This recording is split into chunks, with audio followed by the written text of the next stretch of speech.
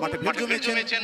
প্রত্যেকটা দর্শককে আমরা সেন্ট্রাল পদনী সংঘের পক্ষ থেকে অসংখ্য ধন্যবাদ, কৃতজ্ঞতা জ্ঞাপন করছি।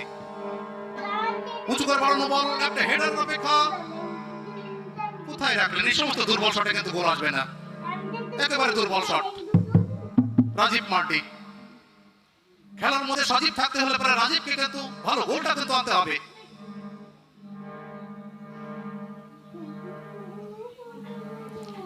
বাম দিক থেকে আক্রমণ, সেখানে আমরা দেখতে পাচ্ছি রাজু শেখকে ট্যাকেল করা হয়েছে।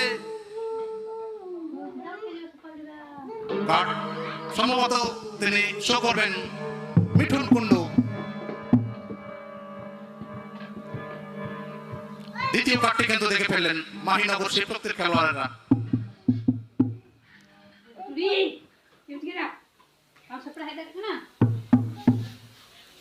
Hello WB 98